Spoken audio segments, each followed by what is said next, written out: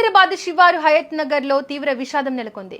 అందరితో కలివిడిగా ఉంటూ కాలనీ సమస్యల పరిష్కారం కోసం ముందుండే లక్ష్మీప్రియ కాలనీ అధ్యక్షుడు మధు బలవన్మరణానికి పాల్పడ్డారు.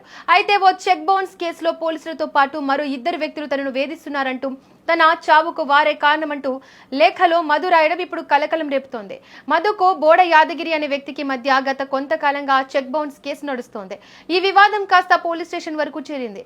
అయితే నకిరేకల్లో ఒక ఫంక్షన్ కు వెళ్లిన మధును అక్కడికి వచ్చిన పోలీసులు బెయిల్ వచ్చిందని నమ్మబలికి బలవంతంగా తీసుకొచ్చినట్లు తెలుస్తోంది. అక్కడ నుండి అసలు వేధింపులు మొదలయ్యాయి. ఒకవైపు బోడ యాదగిరి, అతని తమ్ముడు రమణ, మరోవైపు పోలీసులు తనను మానసికంగా శారీరకంగా కృంగదీశారని మధు తన చివరి లేఖలో ఆవేదన వ్యక్తం చేశారు.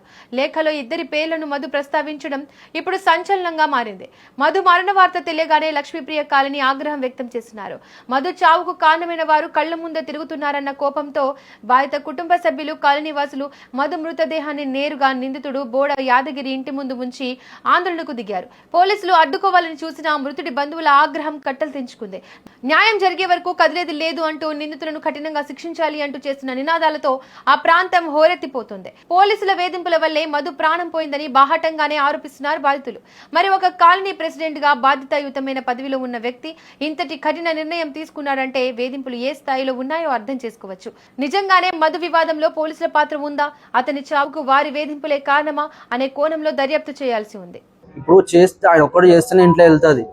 2 పిల్లలు ఉన్నారు ఆయనకి. ఆ 2 పిల్లలు ఇప్పుడు చదువుకుంటున్నారు. ఒక అబ్బాయి బీటెక్ చేస్తున్నాడు, ఇంకో అమ్మాయి చదువుతుంది, పర్సనల్ వేరే కోర్స్ చేసుకున్నాడు. ఆ అమ్మాయికి 21 ఇయర్స్ ఉంటాయి, అబ్బాయికి 20 ఇయర్స్ ఉంటాయి. ఇప్పుడు వాళ్ళ కుటుంబాన్ని ఆదుకునే నాదుడు ఓడు.